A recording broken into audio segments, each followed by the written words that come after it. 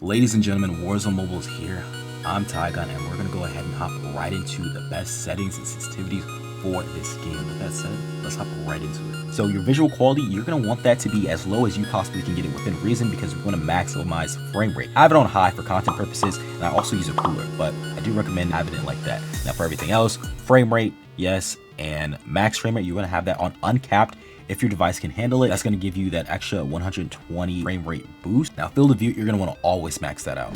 Now this is mine right here, but I'm going to show you how to go ahead and set up a fresh one. So you're going to go ahead and go to control sets. We're just going to use default auto because we're going to pretty much make a fresh one. We're going to go to gameplay before even messing with our HUD. First off, we have automations. You're going to want to go ahead and turn that off. Now, you are going to want to play this game with 4 fingers. It's going to help a bunch, or if you're playing with 2, use gyro. It's going to make your life so much easier. By having automations off, it's going to help you a ton. Now, I'll have a best 4-finger HUD video coming out soon. So, virtual stick behavior, I have that on analog, sprint to stand on camera rotation mode accelerated. That speed acceleration is going to allow you to flick onto your targets and then aim on them with a bit of a lower sense. As for these, if you're a player that has any of your action buttons in the bottom right corner, so any of these buttons that are mentioned, if they're in the bottom right corner where your thumb are, then yes, you're going to want to have this on. But if you don't, and you're a 4-finger player, you have everything at the top, you're going to want to turn it off. Pretty simple, right? So with the weapon mount movement exit, we're going to actually leave that on regardless, and we're going to make it short. That way, if you weapon mount, you can just move off as soon as you go ahead and move that joystick. Number 1 rule, you're going to want to have this as manual as possible. So single shot fire behavior,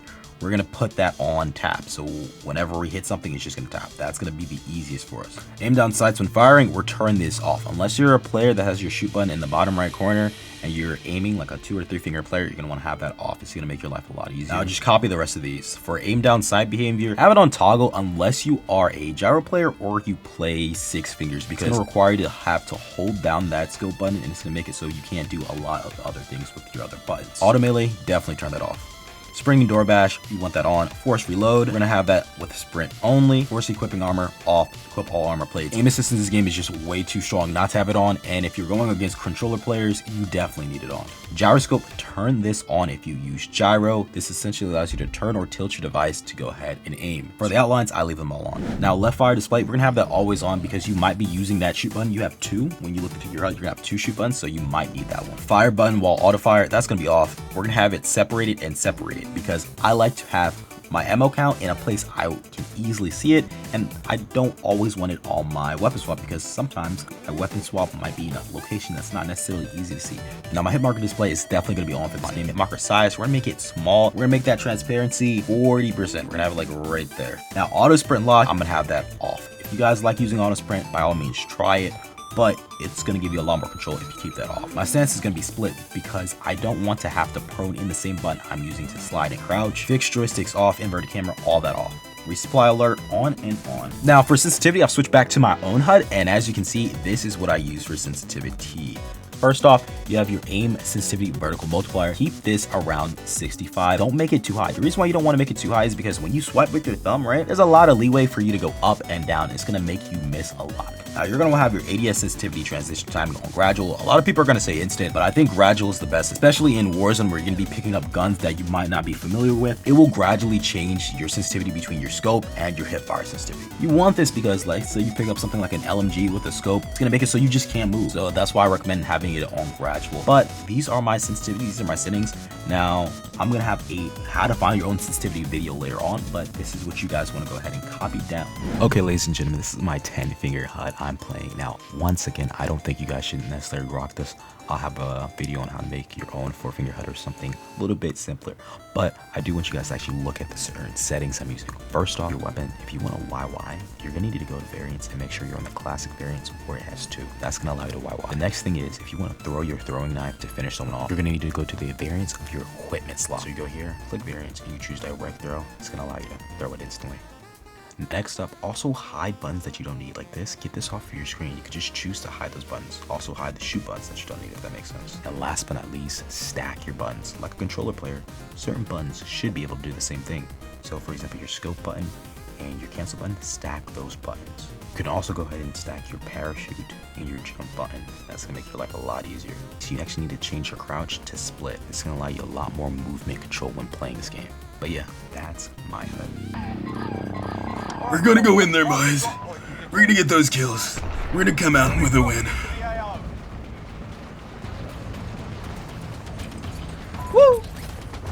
There's two.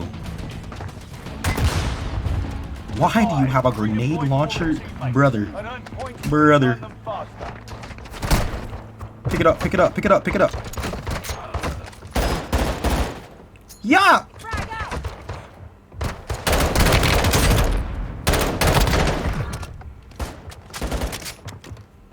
Someone's coming. Good. Someone's coming from behind. Hey, oh, you dropped down? Kid's dropping down on you. You chasing? He's dead now. Dusted him.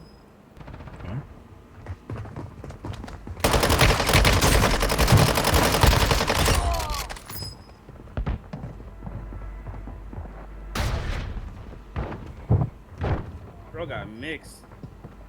Grenade out.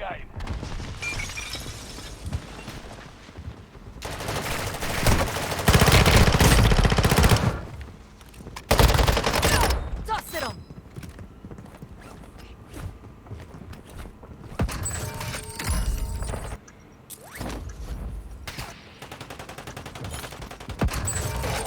Closing in.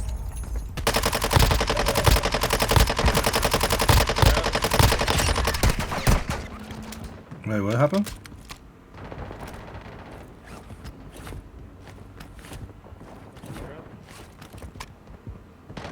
Sure there's someone on me.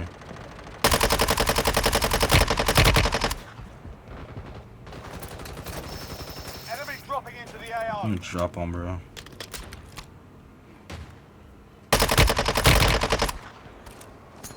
Frag out.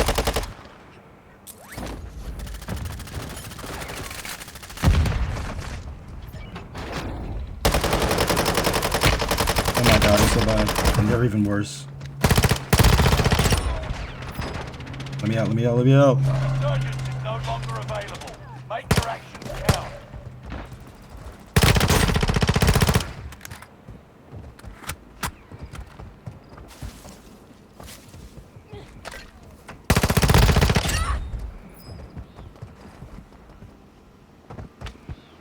Enemies dropping into the AO. Gas is closing in.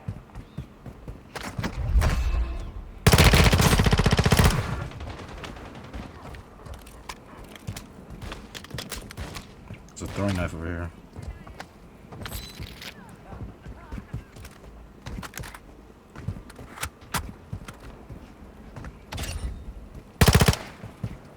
Enemy UAV active.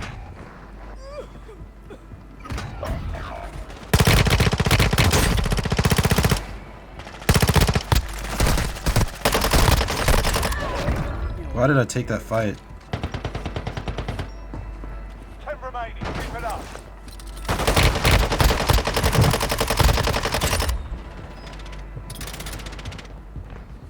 Got gas inbound. Safe zone relocated.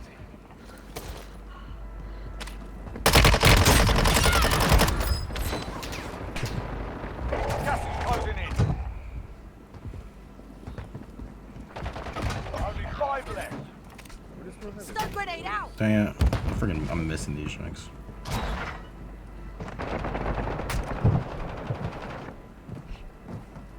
got that.